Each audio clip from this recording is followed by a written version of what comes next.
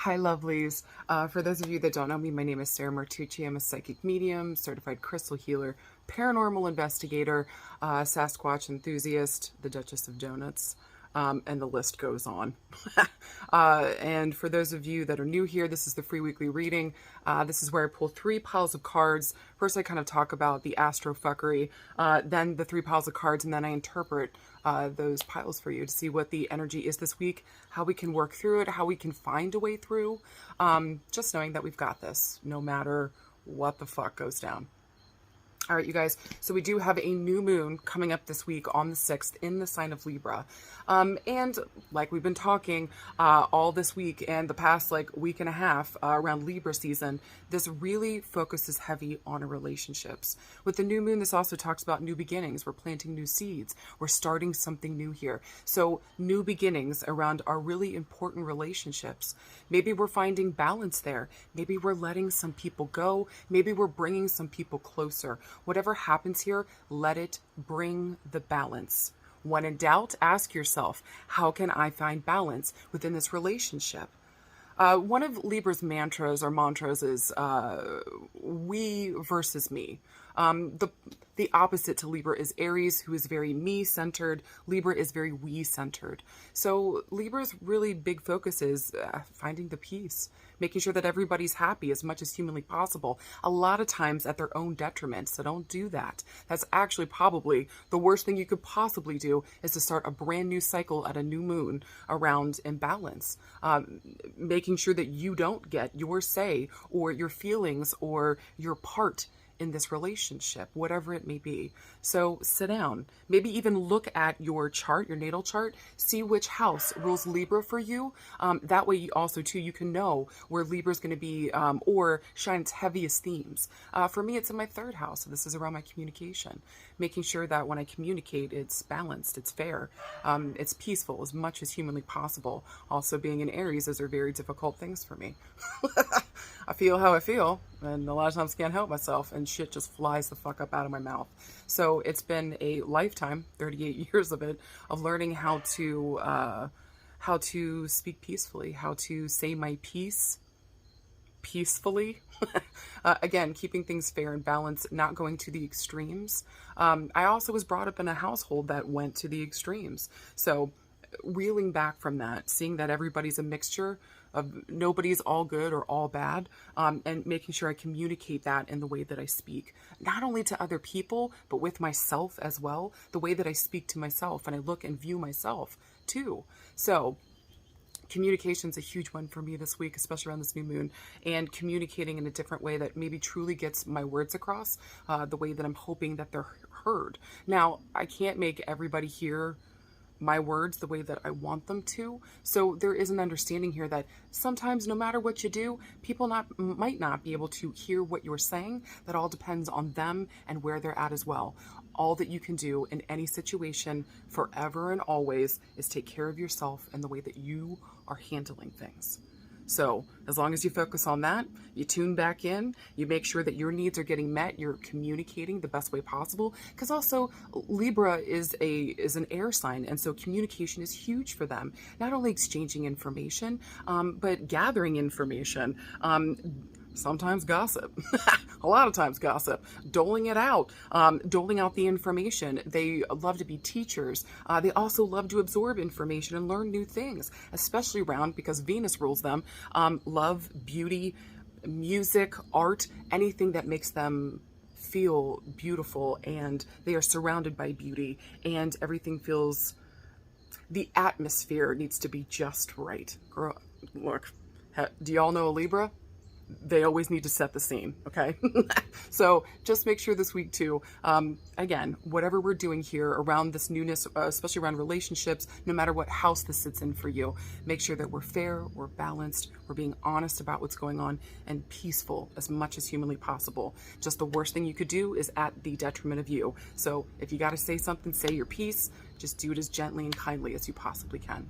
I believe in you guys. I believe in us. I'm ready for Halloween.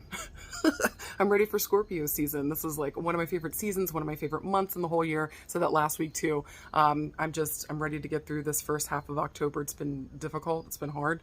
But also too, we've got Pluto going direct, I believe this week as well on that new moon. So at least Pluto going direct is going to be awesome. No more inner transformations, no more inner just absolute fuckery and chaos. We'll be able to direct it out into the world now. So that'll be great.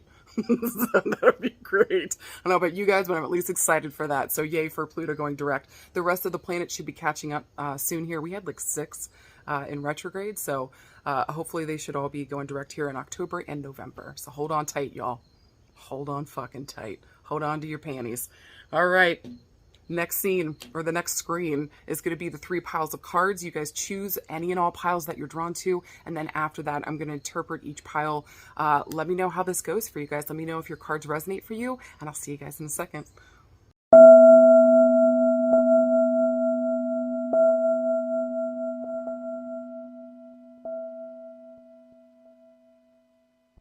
All right, you guys, if you picked card pile number 1, here are your beautiful cards. All right, the first card is the 9 of Swords. Don't worry, we'll talk about it. Hold on. Second card is the King of Wands. And third card is the 7 of Cups. All right, let's talk about this. So I would consider this a little bit more of a difficult spread. The reason being is because it starts with the 9 of Swords. So this is kind of really talking about like your worst fears, your worst worries, like nightmares coming to fruition, right? If you notice with this card in the background too, there is a new moon here. So I think it's interesting. We've got a new moon this week, and new moons, new beginnings, also around relationships. So something here blew the fuck up with the relationship, whether this be business, friendship, love, doesn't matter. Somebody just met on the street, the pigeon that pooped on your car. The thing is that like the worst situation it feels like happened. Can I also say that the worst now happened and the worst is now behind you? So remember that as we're working through this week. Now with the King of Wands showing up here, this is going to talk about a male your age or older showing up in the scene. So again, if this is a love relationship, this is somebody that we've been duking it out with. Maybe we're not even talking right now. And so something went down here and it just feels like the worst possible situation occurred. Maybe we're looking for a new beginning here. I want to say with the King of Wands, I feel like as though he's looking for a new beginning too. If you see him, he's looking right up towards that full moon that's showing up here, and his wand is pointing up towards that as well. I also take this as a very entrepreneurial card because it is. So that's helpful. So also too, if you've been thinking about starting your own business, but it just hasn't seemed like the right situation, or like stupid situations keep coming up where you can't start this business or get things going, or maybe you're trying to put out products or something here with your business, you're an entrepreneur and get it out into the world, but shit keeps coming up, hold on tight. You're going to be able to take some action here soon. Now, with that being said, the 7 of Cups shows up and it says, look, in order to make this happen, in order to make this relationship work, in order to make this business or these projects work, you got to be grounded and realistic about what's going on. The 7 of Cups is a card of like unrealistic or wishful thinking, needing grounding here. Also too, getting the fuck over your fears. Hello, 9 of Swords, getting over your fears and saying what it is that you need to say, and or presenting your gifts and your talents to the world. Let people see you and hear what you got to say, but you need to be realistic about what it is that you can do, what you're putting out here, maybe even around the time and the energy that you're putting into stuff. I'm also going to say to you, it's going to take a lot of your intuition in order to navigate this. If we're trying to heal a relationship here, maybe with a brother, a father, maybe this is somebody that you're in love with, or there's a deep friendship connection and something blew up with a male here. So this could even be with a female too, but with a king showing up, I'm feeling like it's a dude. I just want to say with the 7 of Cups, just make sure you're realistic. There's no wishful thinking about what you hope it to be. Be realistic about what it is and work from there.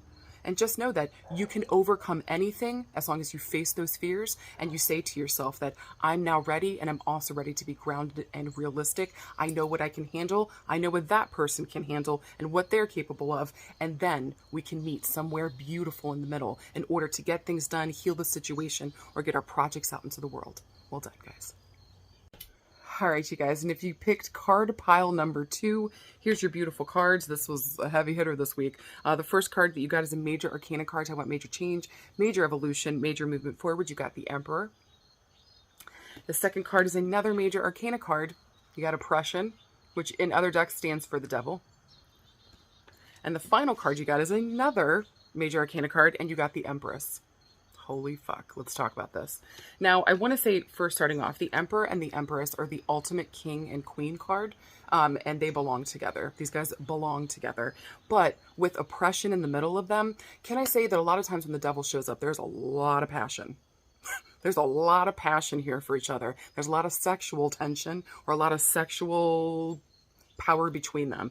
But with oppression here and in this deck, it really kind of is asking though too, feeling like I have to weigh my happiness and my freedom against my safety and security. And so maybe we're holding on to each other out of a sense of safety and security. Maybe here too, with oppression showing up, it says, are you ready to let go? What do you have to let go of? Are you ready to let go? This could be as simple as maybe the way that we've been interacting with each other. Maybe where before, like, maybe it was all about sex, and now maybe we're starting to move into a different phase of this relationship and really showing up for each other in better, more... There's other avenues that this relationship can take, and it just doesn't have to be sexual. Do you feel? Now, with that being said, I do want to say that the male here feels as though he's very focused on home and family. That's a big deal for him. I want to say with the Empress too, it's usually a female that's pregnant on the card. And so family and home is very important for her too, but also herself. And so doing what's best and right for her. So I do want to say that you guys are at odds right now in terms of what your goals are, where you guys are headed, and what's going on. Could there be a question here around letting each other go do your thing and coming back at a different time?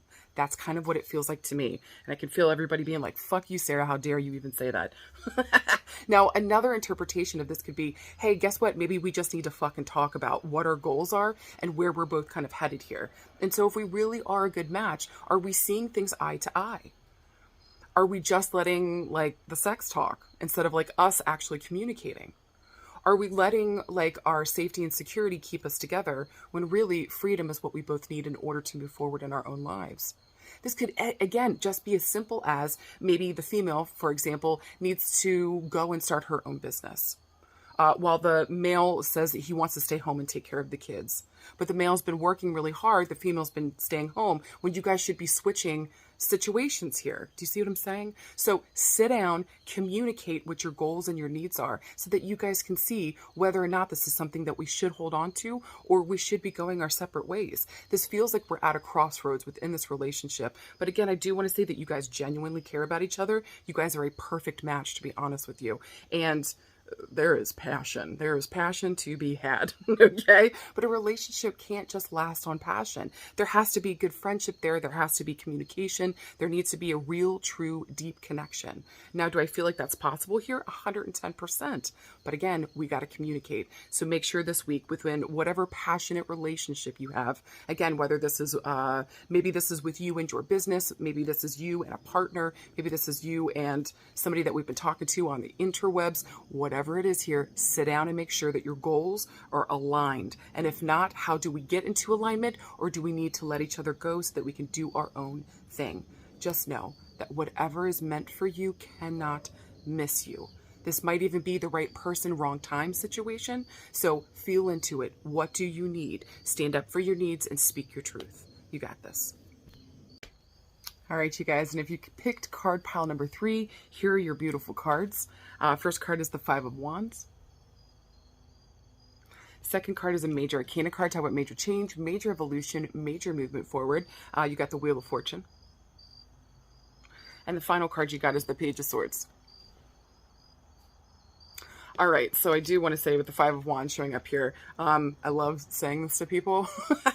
Especially somebody that's going through the situation right now. But with the 5 of Wands and when it shows up, if you notice in the background, there's a little pyramid here and a full moon talking about relationships. So it talks about home and relationships.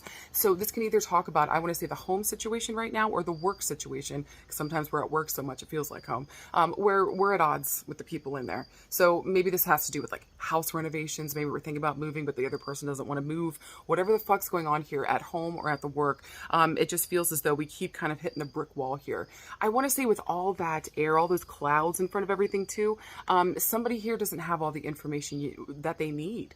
It's also Mercury retrograde, so that makes sense. So we might have to wait some time in order to make a final decision or wait till all the pieces come in. But look, let me tell you what, When the Five of Wands comes up, you're right. You're right. You're right, my friend. Do you like hearing that? You are right. You're actually right around what needs to be done, how things need to be handled, whatever the fuck the situation is here, you're actually right on it. So I want you to trust yourself.